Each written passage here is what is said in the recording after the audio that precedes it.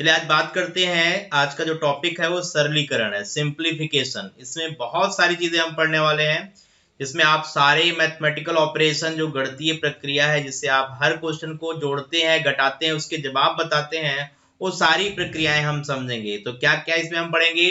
ये टॉपिक बहुत बड़ा टॉपिक है। इसमें हम पढ़ेंगे योग, अंतर, गुणा और भाग। फिर क्या है? संख्याओं का वर्ग, संख्याओं का घन, संख्याओं का वर्गमूल और संख्याओं का घनमूल कैसे निकालेंगे। ये सारी चीजें ठीक है आपको आती हैं, बट उसके लिए आपको ट्रिक्स में सिखाऊंगा, और ये कहाँ से पैदा हुई, इनको करने का जो तरीका है वो भी आपको एग्जाम में पूछा जाता है कि कौन सा नियम का प्रयोग करके ये सारी चीजें हम यूज करते हैं। तो आज का लेक्चर बहुत इंपॉर्टेंट है। लगातार क्वेश्चन बन रहे हैं इस टॉपिक से लगातार क्वेश्चन आपसे पूछे जा रहे हैं, तो बिल्कुल ध्यान से पढ़िएगा, बहुत ही ध्यान से पढ़िएगा, ठीक है, जिससे आप हर एक क्वेश्चंस जो भी इससे रिलेटेड पूछा जाए एग्जाम वो सारा आप करके आए, ठीक है। तो चलिए शुरू करते हैं आज की कहानी। तो पहला कंसेप्ट क्या है उसको जरा गौर से आप देखिएगा, ठीक है। यहाँ पे बात आ रही योग का क्रम विनिमय नियम। जब भी आप संख्याओं को जोड़ते हो, जब भी आप संख्याओं को जोड़ते हो तो जोड़ना आपको आता है, बट आपको ये पता नहीं होता ये नियम किस चीज का है। तो योग का क्रम विनिमय नियम, योग का क्रम विनिमय नियम, क्रम को देखना है कि क्या क्रम को एक दूसरे के इंटरचेंज करने से क्या कोई फर्क आता है। तो क्या योग क्रम विनिमय नियम को फॉलो करता है, क्या उस पर आधारित है। तो जरा देखिए क्रम विनिमय नियम क्या है। क्रम विनिमय नियम होता है जैसे ए में आपने बी जोड़ा तो क्या वो बराबर होगा बी में एक को जोड़ने से? बताइए, मतलब ए प्लस बी का क्रम आप बदल दो, बी प्लस ए, जिसको बोलते हैं क्रम विनिमय, कम्यूटेटिव लॉ, राइट। क्रम विनिमय नियम, समझ में आई बात। तो ये चीज आपने देखा कि क्रम विनिमय नियम कहाँ कहाँ लागू होता है। तो योग पर लागू होता है, बिल्कुल होता है। 3 + 5 कितना होता है? आपने कहा 3 + 5 कितना होता है? 8। अब क्या आप इसको 5 + 3 लिख सकते हो? तो आपने कहा बिल्कुल ये है 8। अगर उसका जवाब सेम आता है, 3 और 5 को जोड़ा तो 8 आया, 5 और 3 को जोड़ा तो भी 8 आया, तो इसको बोलते हैं कि ये योग का क्रम विनिमय नियम है। मतलब योग क्रम विनिमय नियम पर, ठीक है, बिल्कुल लागू होता है, इसमें कोई दिक्कत नहीं है। आई बात समझ में? किसी को भी देख लो तो वहां पे कोई दिक्कत नहीं। तो क्या आगे की बात समझिए, क्या अंतर का क्रम विनिमय नियम होता है, क्या गुणा पे क्रम विनिमय नियम होता है, क्या भाग पर क्रम विनिमय नियम होता है, ये सारी बातें हम समझेंगे वन बाय वन, राइट। तो ध्यान से देखिएगा, ये सारी चीजें हमें आती हैं, लेकिन हमें ये पता नहीं है कि किस नियम पर आधारित है। वो नियम आपसे आपके एग्जाम में पूछ लेता है कि यह किस नियम को फॉलो करता है, ठीक है। तो ये सारी चीजें बहुत ही बेसिक से उठाया हूं, जो आपके पेपर में लगातार पूछा जा रहा है। ये नियम आपको पता होते नहीं, आप जानते सब कुछ हो, लेकिन ये नियम के बारे में नहीं जानते हो, तो आपको बिल्कुल वो नियम भी समझना है और क्वेश्चन भी आगे करना है, ठीक है। तो चलिए आगे बढ़ते हैं, आगे कहानी समझते हैं, राइट। गुणा का क्रम विनिमय नियम, क्या गुणा भी क्रम विनिमय नियम पर आधारित होता है? जरा देखिए, जैसे इसका मतलब समझिए, आपने कहा ए गुणे बी बराबर क्या बी गुणे ए होता है। मतलब ए को अगर बी से मल्टीप्लाई कर रहे हैं तो क्या बी से मल्टीप्लाई करने के बराबर आता है? आप देख लेते हैं, जरा इसको वेरीफाई करते हैं। 3 × 5 15 होता है कि नहीं? बिल्कुल होता है। 5 × 3 आपने कहा ये भी 15 होता है। तो जवाब सेम आ रहा है। क्रम को आपने उल्टा कर दिया, बदल दिया, तो भी जवाब सेम आ रहा है। अगर जवाब सेम आ रहा है तो फिर बिल्कुल ये गुणा का क्रम विनिमय नियम है। समझ में आ गई बात? चलिए अच्छी बात है, आगे बढ़ते हैं, आगे पढ़ते हैं। सहचारिता का नियम, ठीक है। क्रम विनिमय नियम अंतर और भाग पर क्या लगता है, इसको समझते हैं। क्रम विनिमय नियम क्या अंतर पर भी लगता है, क्या भाग देने पर भी लागू होता है? समझते हैं इस बात को। जैसे आपने कहा a - b, ध्यान से सुनिएगा, a - b, a - b की वैल्यू क्या वही आएगी जो b - a की वैल्यू है? क्या ये दोनों बराबर हैं? ये बराबर नहीं है। अगर ये बराबर नहीं है तो फिर हम कैसे कह सकते हैं कि क्रम विनिमय नियम अंतर पे भी लागू होता है। जैसे आपने कहा 5 में से 3 घटा दीजिए, तो 5 में से 3 आप घटाएंगे तो 2 मिलेगा, और 3 में से अगर 5 घटाएंगे तो फिर क्या मिलेगा? -2 मिलेगा। तो आपने देखा दोनों जगह जवाब अलग अलग आ रहे हैं। एक जगह जवाब प्लस में और एक जगह माइनस में आ रहा है। तो क्रम विनिमय नियम अंतर पर लागू नहीं होता। अब भाग पर लागू होता है कि नहीं, जरा उसको भी देख लेते हैं। क्या भाग पर लगता है? तो ए भागे बी क्या बराबर होता है बी भागे ए? अगर ऐसा होता है तो फिर ठीक है, तो ये बराबर नहीं होता है। मतलब ए को बी से भाग दिया तो ये क्या बराबर है बी को ए के भाग देने पर? ये बराबर नहीं है। कैसे? 3/5 लिखा आपने, तो क्या ये बराबर है 5/3 के? बताइए। तो आपने कहा ये बराबर नहीं है, राइट। तो क्रम विनिमय नियम कहां पर लागू होता है? योग और गुणन पर। ये अंतर और भाग पर लागू नहीं होता है। ध्यान से इस बात को समझिए। सब आता है आपको, बट आपको ये बिल्कुल एक सीक्वेंस में पढ़ाया जा रहा है कि जो पेपर में नियम के बारे में भी पूछ ले तो आप गलती ना करें। और लगातार पूछा जा रहा है, पिछले साल के पेपर्स आप जरूर चेक करें, तो उसमें इस तरीके क्वेश्चन पूछे जाते हैं कि लागू होगा या नहीं होगा, राइट। चले आगे, चलिए आगे बढ़ते हैं। सहचारिता का नियम, सहचारिता का नियम, इसको बोलते हैं एसोसिएटिव लॉ, राइट। तो सहचारिता का नियम क्या है उसको समझिए। इसका मतलब क्या होता है, ये कहां कहां लगता है, ठीक है। सहचारिता का नियम कहां कहां लागू होता है, ठीक है। तो इसको समझिए। सहचारिता का नियम योग पर लागू होता है कि नहीं? योग पर देखिए जरा, योग पर सहचारिता का नियम योग पर, पहला पॉइंट देख लेते हैं। तो इसका मतलब क्या है? ए प्लस बी प्लस सी, ऐसे है।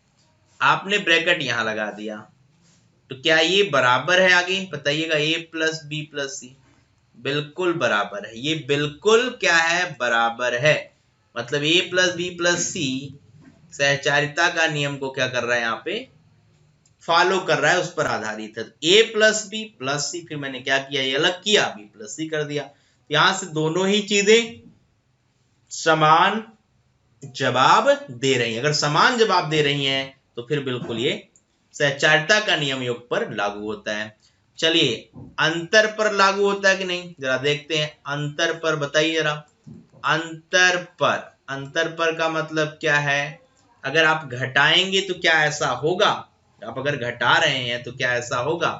तो मैंने कहा a माइनस बी माइनस सी बराबर क्या ऐसा है? a माइनस बी माइनस सी। बताइए, क्या ये दोनों जवाब बराबर आएंगे? a में से b आप घटा लीजिए, फिर b में से c घटा लीजिए। तो एक बार a में से b घटा के आपने ये काम किया, तो यहां से क्या कोई फर्क पड़ता है? आपने कहा यहाँ पे कोई फर्क नहीं पड़ता है। चलिए, सहचारिता का नियम, ठीक है। आगे देख लीजिए जरा। तो आप इस तरीके से कर सकते हैं। तीसरा देखिए, गुणा पर आधारित।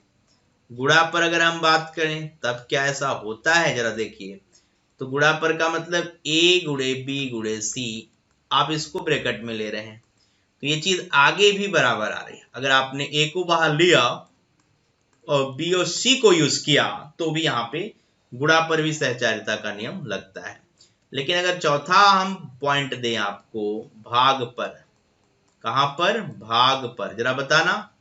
a भागे b भागे c, ये देख रहे हैं आप। तो यहाँ a भागे b, क्या ये बराबर है a भागे b भागे c पर? क्या ये दोनों चीजें बराबर हैं? क्या ये दोनों चीजें बराबर हैं?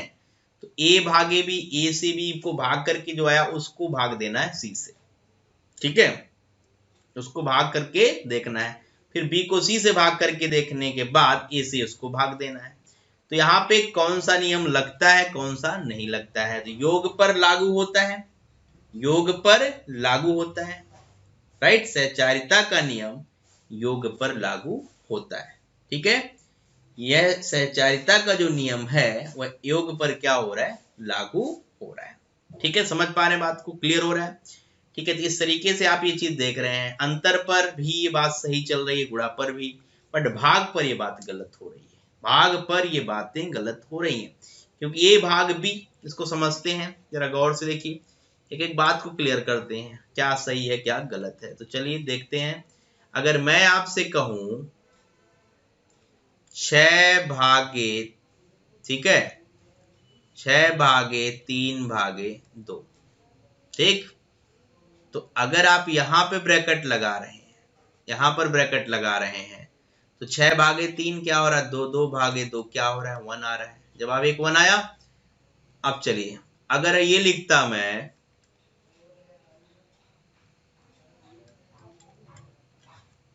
6/3/2, इसका मतलब क्या है उसको समझते हैं। तो 6/3/2, 6/3/2, गौर देखिएगा 6/3/2, तो इसको आप गुणा में बदलेंगे तो 6×2/3 क्या आया 4 आया। तो जवाब अलग अलग आ रहा है, यहाँ जवाब 1 आ रहा है, यहाँ पे क्या आ रहा है 4 आ रहा है। तो सहचारिता का नियम भाग पर नहीं लगता, सहचारिता का नियम भाग पर नहीं लगता, ध्यान दीजिएगा। राइट, समझ पा रहे हैं। अब योग पर कैसे है उसको समझते हैं, जरा देखते हैं सारी बातों को। ठीक है, तो चलिए योग पर समझ लेते हैं, 1 by 1 सारी चीजें ही समझ लेते हैं। राइट, जिससे आपको कोई भी प्रॉब्लम ना आए, आराम से चीजें समझ में आ जाए। तो योग पर सहचारिता का नियम, योग पर सहचारिता का नियम, एसोसिएटिव लॉ, ठीक है, समेशन या प्रोडक्ट या मल्टीप्लिकेशन जो भी आप कहें, सब पे देखते हैं।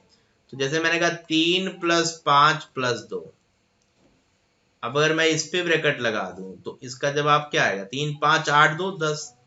अगर मैं ब्रैकेट ऐसे लगाऊं 3 + 5 + 2, तो इसका मतलब 3 + 7 है, ये भी जवाब क्या दे रहा है 10। इसका ये मतलब निकला कि सहचारिता का नियम योग पर लागू होता है, सहचारिता का नियम योग पर लागू होता है। बातें क्लियर हो रही हैं, समझ पा रहे हैं, बहुत ही सिंपल सिंपल चीजें सब आता है आपको, बट आपको ये डिफाइन करना पड़ेगा, ये पता लगाना पड़ेगा कि ये सहचारिता का नियम है, ये कम्यूटेटिव लॉ है, एसोसिएटिव लॉ है, डिस्ट्रीब्यूटिव लॉ है, कौन सा लॉ है, ये सारी बातें आपको समझानी पड़ेगी। क्वेश्चन में ये लिखकर आता है कि कौन सा ये नियम है। राइट, ये बात समझ में आ गई। अब अंतर पर बात करते हैं, जरा अंतर पर देखिए, योग के बाद अंतर पर। तो दूसरा जो पॉइंट है, दूसरा अंतर पर, किस पर, अंतर पर। तो चलिए ये चीज समझा लेते हैं और समझ लेते हैं कि क्या आपको समझ में आया।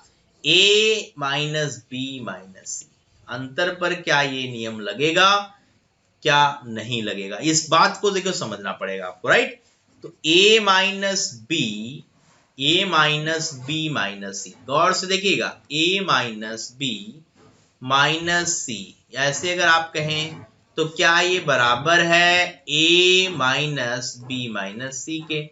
इस बात को ध्यान से देखिएगा, क्या चीजें सही है क्या गलत है, अपने आप क्लियर हो जाएगा। राइट, तो यहाँ पे नंबर के साथ प्रैक्टिकल कर लीजिए।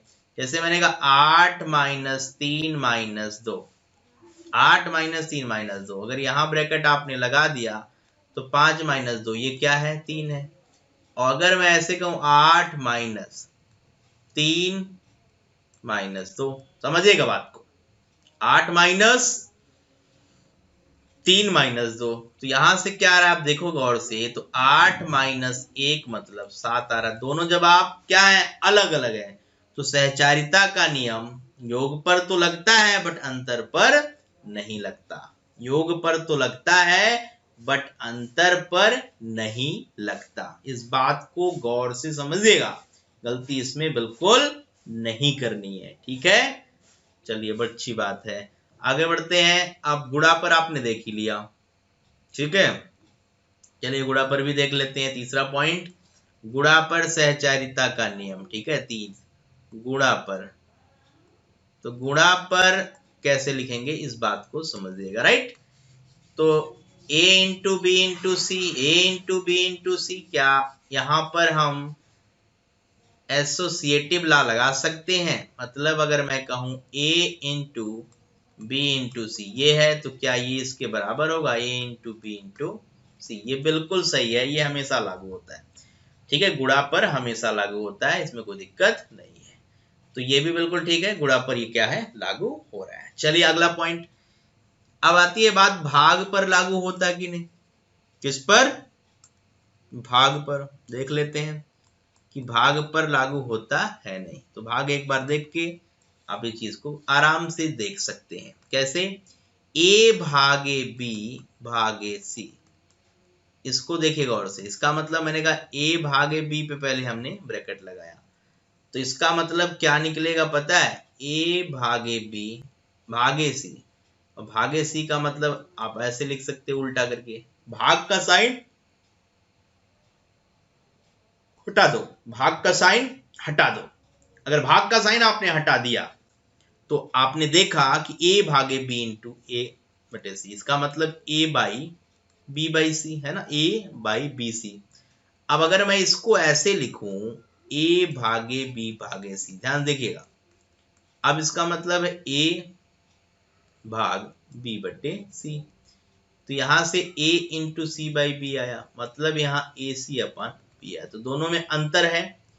तो सहचारिता का नियम भाग पर भी नहीं लगता और घटाने पर भी नहीं लगता, अंतर पर भी नहीं लगता और भाग पर, ये बाकी याद रखना गुणन पर लगता है। ठीक है, चले आगे, बहुत अच्छे, आगे बढ़ते हैं, नेक्स्ट पॉइंट पे आते हैं। ठीक है, चलिए, योग पर गुणन का वितरण नियम,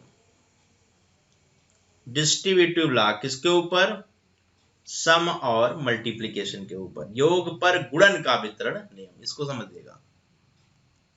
जैसे आपने कहा कि a इंटू, ऐसे लिखा आपने, है ना, a इंटू बी प्लस सी, इसका मतलब है a का गुणा b में और a का गुणा c में। बिल्कुल ये बात समझ में सबको आता है, बट ये है क्या चीज, योग पर गुणन का वितरण नियम, डिस्ट्रीब्यूटिव लॉ। ठीक है, डिस्ट्रीब्यूटिव लॉ। तो यहां पे देखिए बिल्कुल ये चीज सही है।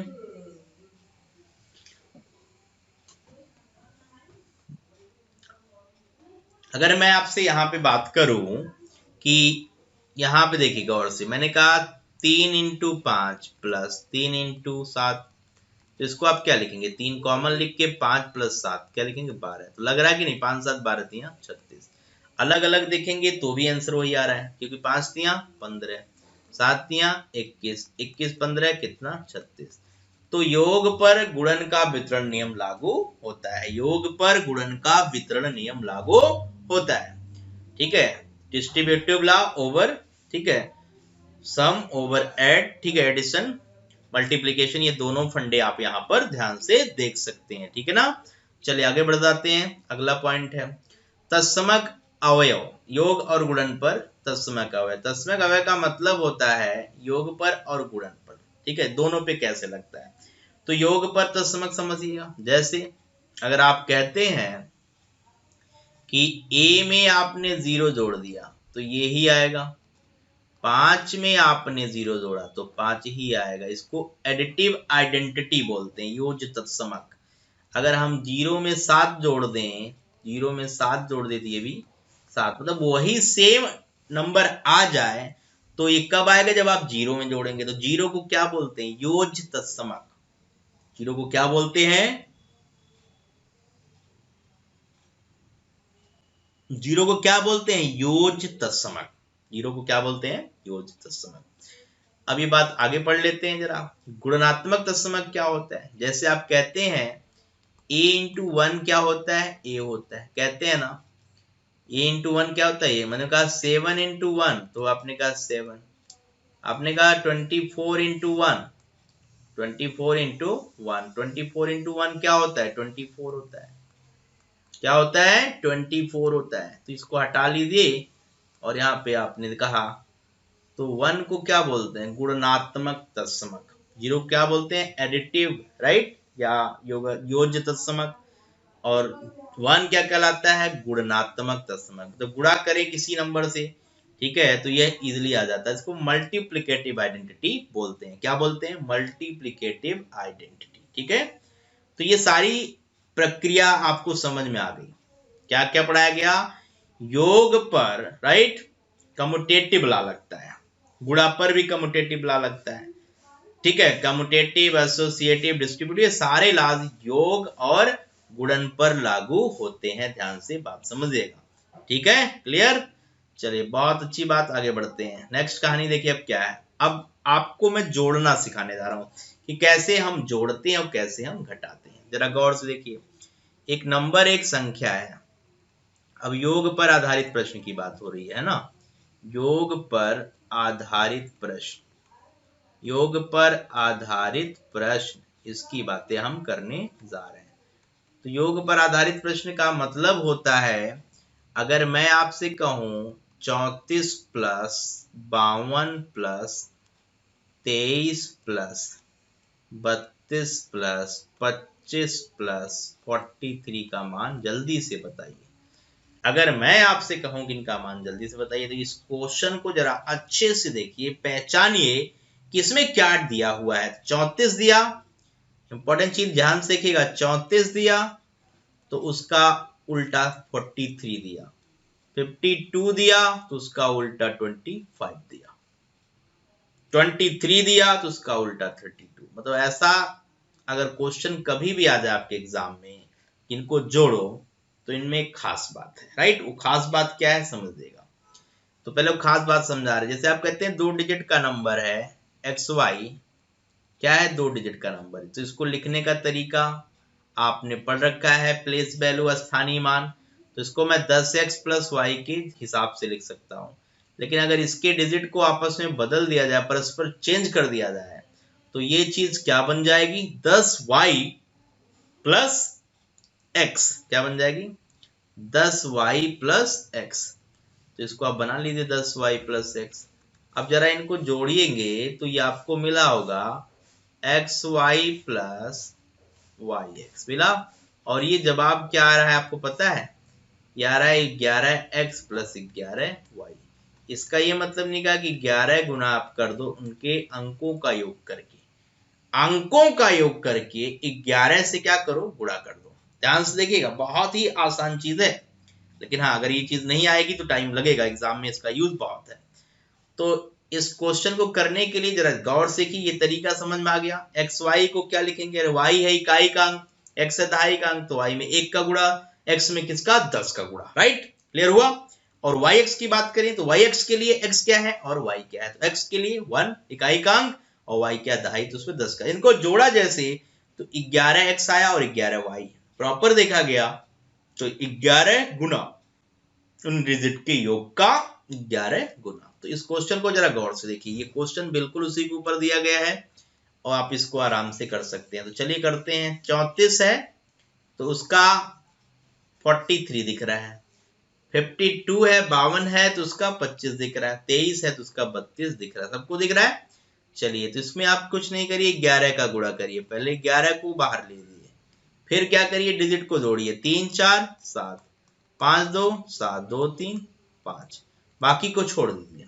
बाकी जितने दे रखे हैं उसका डिटेलिंग तो आपने पहले ले लिया, राइट। तो यहाँ पे 11 गुना ये बता दिया कि जवाब इसका दीजिए, 7 7 14 1 14 5 19, 11 इंटू कितना 19। अब 11 इंटू 19 अगर करने हुए आप तो क्या लिखोगे, 11 के गुणे का ट्रिक्स सीखेंगे धीरे धीरे, राइट।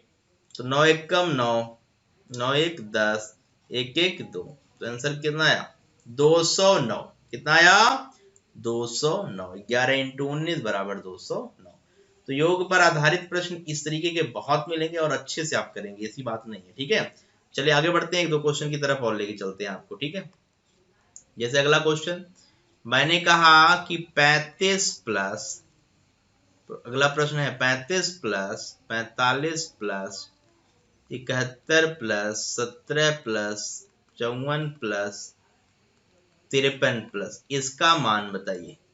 कह रहा है इसका मान बताइए, इसको जोड़ के बताइए कि क्या मिलने वाला है। तो मैंने कहा कि यहाँ पे 3 5 है, डिजिट को 5 3 देखा आपने, कहा दिखाई दिया। 4 5 है तो आपको 5 4, तो 3 5 5 3 दिखा, अपने कहा बिल्कुल।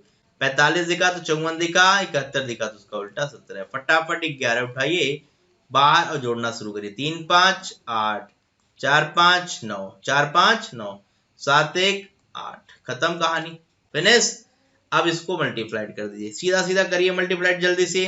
तो 8 8 16, 5 3 8 5 4 9, आपको पता है 5 3 8 5 4 9 7 1 8, यही बन रहा है। तो 8 8 16, 16 और 10 9 है ना, 9 को आप क्या करें, 9 को क्या करें 10 मान लें, तो 16 10 26 माइनस 1 25। तो 11 गुणे 25, 11 गुणे 25। अब 25 का गुणा आप सीधे कर लीजिए, तो 11 इंटू 25 5 5 2 7 2 1 2, सीधा आंसर क्या है 275। 275 इस प्रश्न का हल है। आई बात समझ में, क्लियर हुआ, कोई डाउट तो नहीं चल रहा है, ठीक है, समझ पा रहे हैं बात को, पक्का, ओके। तो अभी जोड़ने की कहानी चल रही है, केवल अभी जोड़ना हम आपको सिखा रहे हैं। बहुत बड़ा टॉपिक है, धीरे धीरे हम बहुत अच्छे से हर चीज पढ़ेंगे। चलिए क्वेश्चन नंबर नेक्स्ट, तीसरा क्वेश्चन आपके लिए क्या है, देखिए ध्यान से।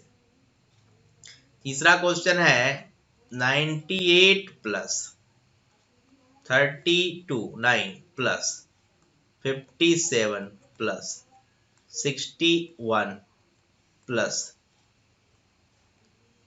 32। सपोज करो आपसे कहा जाए कि जल्दी से इन्हें जोड़कर बताओ, जल्दी से इन्हें जोड़ो और इसका जवाब बताओ। तो बहुत अच्छे से ध्यान से पढ़ना होगा इस बात को। कैसे देखिए, करो गौर से देखिए, बहुत अच्छी कहानी है। ये क्या है, 100 है, इसको नीचे 2 कम करिए।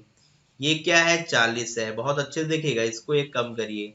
ये क्या है, 60 है, इसको आप 3 कम करिए। सब चीज को बैलेंस करिए। 60 है, इसमें 1 जोड़िए, और ये आपका 30 है, इसमें 2 जोड़िए। इतना काम आपको करना है, राइट।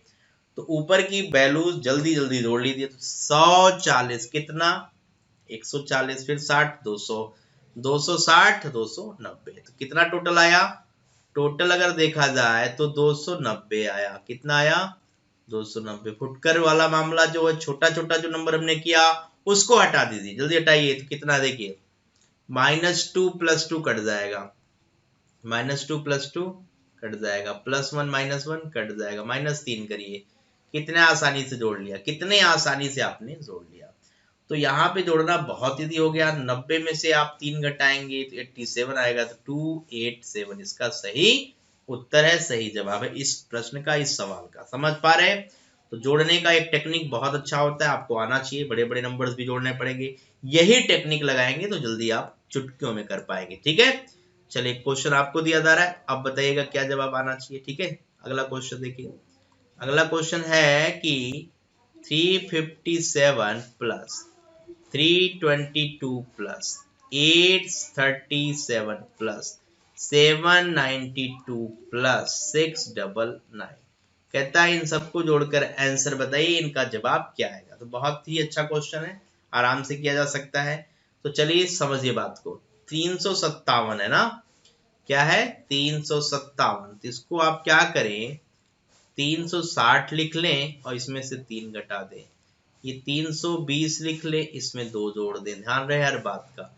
इसमें आपको क्या करना है, इसमें 840 लिखिए और इसमें से 3 क्या करिए, घटा लीजिए, राइट। 792 को 800 लिखिए और इसमें से कितना घटा लीजिए, 8 रुपए। और 699 में 700 लिखिए और इसमें से कितना घटा लीजिए, -1। इतना घटाना पड़ेगा। देखिए बहुत सिंपल है, ये चीज दिमाग में चलानी है, दिमाग को घुमाइए और ये चीज वहां पे बनाइए। तो 360, 320, 840, 800 और 700, ये जोड़ना आपके लिए बहुत ही आसान काम है। कैसे जरा देखते हैं। तो एक चीज देखिए, कैसे जो देखते हैं। तो 360 को 360 है ना, 360 को पहले आप 840 में जोड़ो। तो 60 40 कितना बना, 100। 60 40 100 बन गया, बहुत अच्छे। तो 8 4 1200, ये हो गया 1200, ये हो गया, प्लस कितना 320 का 300 प्लस 800 और प्लस 700, बच गया 20 फुटकर में। और इधर कुल जोड़ के जरा देखो कितना बच रहा है। तो सब माइनस में है, तो यहाँ पे एक प्लस माइनस बैलेंस करेगा केवल। तो 8 3 11, 3 14, 1 15, -2, 15 में से 2 घटाओगे तो 13 आएगा। तो माइनस का 13, ये है आपका आंसर। तो 12 8 20, 2000, 7 3 10, 1000, तो ये हो गया 3000। 3000 में से आपको कटाना है 7 रुपए, खत्म केस, राइट। तो 2993, ये आपका बिल्कुल सही जवाब है। देखा आपने, तो कितने ही आसान टेक्निक से मैंने क्वेश्चन में आपको सिखाया कि जोड़ना कैसे होता है। जोड़ना कैसे है, पास के नंबर को लिखो, जितना प्लस हो उतना प्लस, अगर ऊपर लिखना है उसको कम करके फिर माइनस। तो आपको मैंने सारी चीजें वही बताई जो आपको आता है, बट एक सीक्वेंस, एक तरीके से सिखा रहा हूं, क्योंकि आपको एग्जाम में जल्दी जोड़ना पड़ेगा। जल्दी जोड़ेंगे तो जल्दी जवाब बता पाएंगे, और जल्दी जवाब बताएंगे तो आप ज्यादा से ज्यादा क्वेश्चन अपने पेपर में अटेम्प्ट कर पाएंगे। तो उम्मीद करते हैं आज आपको सरलीकरण में पहला जो इसका भाग है, इसका पार्ट है, वो समझ में आया। आपको मैंने कुछ नियम बताया, उन नियम को ध्यान रखना। लगातार पेपर में नियमों से लिखकर क्वेश्चन पूछा जा रहा है उसको बिल्कुल इग्नोर मत करिएगा। वो आता है लेकिन कौन सा नियम कैसे लगता है ये मैंने एक प्रूफ करके बताया। ठीक है, बाकी आपको कैलकुलेशंस अब सिखा रहा हूं, तो आगे चलते हुए धीरे धीरे हम आपको एक एक चीज इतने अच्छे लेवल पे ले चलेंगे कि आपको टिप्स जोड़ना, घटाना, मल्टीप्लाई, डिवाइड करना सब आ जाएगा। तो यहां तक के लिए क्लियर है, कोई दिक्कत नहीं। तो यहां तक बातें समझ में आ गई, कोई डाउट तो नहीं चल रहा है, ठीक ना? चलिए तो आज की कहानी खत्म ही करते हैं। Okay, bye bye, take care, see you.